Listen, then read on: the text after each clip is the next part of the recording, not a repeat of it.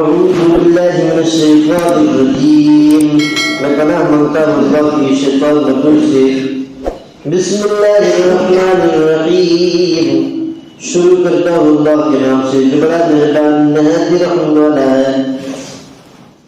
إنه من يشرك بالله فقد حرم الله عليه الجنة ومأواه النار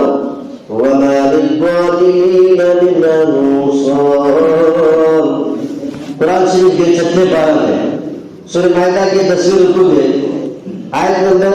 72 میں اللہ تعالیٰ ارشاد فرماتا ہے جس نے اللہ تعالیٰ کے ساتھ کسی کو شریک ٹھہرایا اس پر اللہ تعالیٰ نے جنت حرام کر دی ہے اور اس کا ٹھکانہ جہنم ہے اور ایسے ظالموں کا کوئی بھی مددگار نہیں ہوگا۔ مولانا جلال الدین طوبانی رحمۃ اللہ علیہ نے جو کبیرہ گناہ نقل کیے ہیں ان میں سے چند لکھا ہے انہوں نے شرک کرنا اللہ کے ساتھ، چاہے اس کی ذات میں کسی کو شریک کرے یا عبادت میں کرے یا مدد مانگنے کے معاملہ میں کرے، مدد اللہ سے مانگنی تھی کسی اور سے مانگ دیا، یا علم میں کسی کو شریک کرے یا قدرت میں یا تصرف میں یا پیدا کرنے میں یا پکارنے میں یا کہنے میں یا نام رکھنے میں یا نظر ماننے میں یا لوگوں کا کام سونپنے میں، یعنی جیسے اللہ کو سب کے کام سپرد ہے ویسے اوروں کو بھی ڈالے، یہ کبیرہ گناہ میں سے ہے اور ایسا شرک مل جاتا ہے۔ حضرت مولانا رضی اللہ تعالیٰ عنہ فرماتے ہیں کہ رسول مقبول صلی اللہ علیہ وسلم نے فرمایا ہر پیغمبر کے لیے ایک مقبول دعا ہوتی ہے اسپیشل، اور میں نے اپنی امت کی شفاعت کے لیے اپنی دعا چھپا رکھی ہے اور یہ شفاعت انشاءاللہ اس کو نصیب ہوگی جو میری امت میں سے اس حال میں مرا ہو کہ اللہ تعالیٰ کے ساتھ اس نے کسی کو شریک نہ کیا ہو۔ ترمذی شریف حدیث نمبر 1450۔ قرآن شریف کے دوسرے پارہ میں سورہ بقرہ کے 20ویں رکوع میں آیت نمبر 165 میں اللہ تعالیٰ ارشاد فرماتا ہے کچھ لوگ ایسے ہیں جو اللہ کے سوا دوسروں کو اس کا ہمسر بناتے ہیں، یعنی خدائی جو صفات اللہ کی لیے خاص ہے ان میں سے بعض صفات کو دوسروں کی طرف منسوخ کرتے ہیں اور خدا ہونے کی حیثیت سے بندوں پر اللہ کے جو حقوق ہیں وہ سب یا ان میں سے بعض حقوق یہ لوگ ان دوسرے بناوٹی معبودوں کو ادا کرتے ہیں، مثلا سلسلہ اسباب پر حکمرانی، حاجت روائی، مشکل کشائی، فریاد رسی، دعائیں سننا، غیر کی ہر چیز سے واقف ہونا، یہ سب اللہ کے مخصوص صفات ہیں اور یہ صرف اللہ ہی کا حق ہے۔ اسی کے سامنے اعتراف بندگی میں سر جھکائے، اسی سے اپنی حاجتیں مانگے، اسی کو مدد کے لیے پکارے، اسی پر بھروسہ کرے، اسی سے امیدیں رکھے، اسی سے ظاہر و باطن میں ڈرتے رہے۔ حضرت سیدنا عبد القادر جیلانی رحمۃ اللہ علیہ یعنی بڑے پیر صاحب محبوب سبحانی لکھتے ہیں کہ کلمہ لا الہ الا اللہ کو صرف لفظ سے نہیں، صرف الفاظ ادا کر کے نہیں،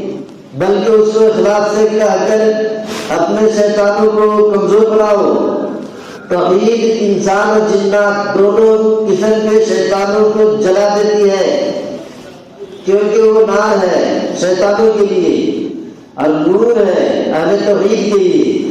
تو لا الہ الا اللہ کس طرح کہتا ہے؟ تو لا الہ الا اللہ کس طرح کہتا ہے حالانکہ تیرے قلب میں کیا کچھ معبود بھرے ہوئے ہیں؟ اللہ کے سوا ہر چیز جس پر تجھے اعتماد کرے اور بھروسہ کرے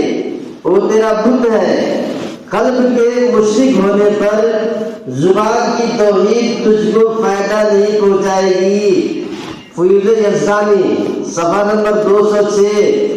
مجلس نمبر 30 یہ شیخ عبد القادر جیلانی رحمۃ اللہ نے لکھا ہے کہ دل مشرک ہو اور زبان مسلمان ہو تو تجھے جنت میں نہیں جائے گی، امیدیں بینک بیلنس میں ہے، امیدیں ڈر اور خوف مرے ہوئے ولیوں سے ہے اور زبان سے کلمہ پڑتا ہے، تو یہ توحید تجھے فائدہ نہیں پہنچائے گی۔ مرے ہوئے ولیوں سے کیسے ڈر لگتا ہے؟ بولو آپ کو، اگر 11ویں کی نیاز نہیں چلایا تو گھر میں بھینس مر جائے گی، تو ڈر کے مارے کیا نہیں کرتے؟ یہ مرے ہوئے ولیوں سے ڈرتے ہیں۔ وہی بتا رہے دل مشرک ہے، زبان مسلمان ہے، ایسا توحید تجھے فائدہ نہیں پہنچائے گی۔ فیض یزدانی میں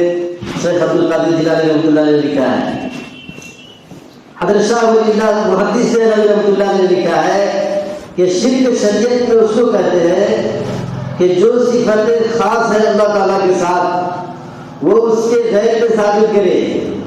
یعنی جیسا کہ اللہ تعالیٰ کو ہر چیز کا ہر وقت ہے اور دوسروں کا بھی علم ایسا ہی مان لے کہ ہمارے پیر صاحب بھی جانتے ہیں، ہمارے پیر کا علم غیب ہے، تو کیا اللہ کا جیسا علم ہے ویسا اپنے پیر فقیر ولی شیطان بھوت پریت کسی میں مان جائے تو یہ شرک ہو گیا ہے۔ اور اللہ کو جیسا قادر جانتا ہے ویسا ہی کسی اور کو بھی جانے۔ اللہ تعالیٰ اپنے ارادے سے جب چاہے جیسا چاہے کرے، یہ اللہ کے ساتھ خاص ہے۔ ایسا پاور کسی اور میں مان جائے تو اس نے شرک کر دیا۔ مظاہر حق جلد نمبر 1 صفحہ نمبر 40/1 میں لکھا ہوا ہے۔ قرآن شریف میں اللہ تعالیٰ 21ویں پارہ میں فرماتا ہے، سورہ روم کے 4تھے رکوع میں آیت نمبر 40 میں، اللہ وہ ہے جس نے تم کو پیدا کیا ہے، پھر تم کو روزی دی، پھر تم کو موت دیتا ہے، پھر تم کو زندہ بھی کرے گا۔ کیا تمہارے ٹھہرائے ہوئے معبودوں میں کوئی ایسا ہے جو ان کاموں میں سے کوئی ایک کام کرتا ہو؟ پاک ہے وہ اللہ اس شرک سے جو یہ لوگ کرتے ہیں۔ انسان ننگا بھوکا دنیا میں آتا ہے، ایک چھلکا بھی اس کے بدن پر نہیں ہوتا ہے، پھر اللہ ہی اسے روزیاں دیتا ہے، وہ اس حیات کے بعد تمہیں مار ڈالے گا، پھر قیامت کے دن زندہ کرے گا۔ خدا کے سوا تم جن جن کی عبادت کر رہے ہو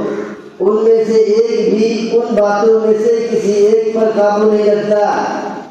ان کاموں میں سے ایک بھی کوئی نہیں کر سکتا۔ اللہ سبحانہ و تعالیٰ تنہا خالق ہے، رازق ہے اور موت زندگی کا مالک ہے۔ وہی قیامت کے دن تمام مخلوق کو جلائے گا۔ اس کی مقدس منزہ معظم اور عزت و جلال والی ذات اس سے پاک ہے کہ کوئی اس کا شریک ہو یا اس جیسا ہو یا اس کے برابر ہو یا اس کی اولاد ہو یا اس کا ماں باپ ہو۔ وہ احد ہے، صمد ہے، فرد ہے، ماں باپ سے اولاد سے پاک ہے، اس کی مثل کا کوئی نہیں ہے۔ اللہ تعالیٰ کے لیے شرک کر دینا بہت خطرناک چیز ہے۔ کسی بھی معاملے میں ڈائریکٹ اللہ نے کہا کہ اس کو ہم معاف نہیں کریں گے، اس کو اوپر جنت کو حرام کر دیے ہیں، اس کا ٹھکانہ ہمیشہ کے لیے جہنم ہوگا، اور اس کو کوئی ولی پیر فقیر مولوی صاحب حضرت حاجی صاحب قاضی صاحب شفاعت کر کے بھی جنت میں نہیں لے جا سکتے۔ اللہ تعالیٰ سب کو سمجھنے کی عمل کرنے کی توفیق عطا فرمائے۔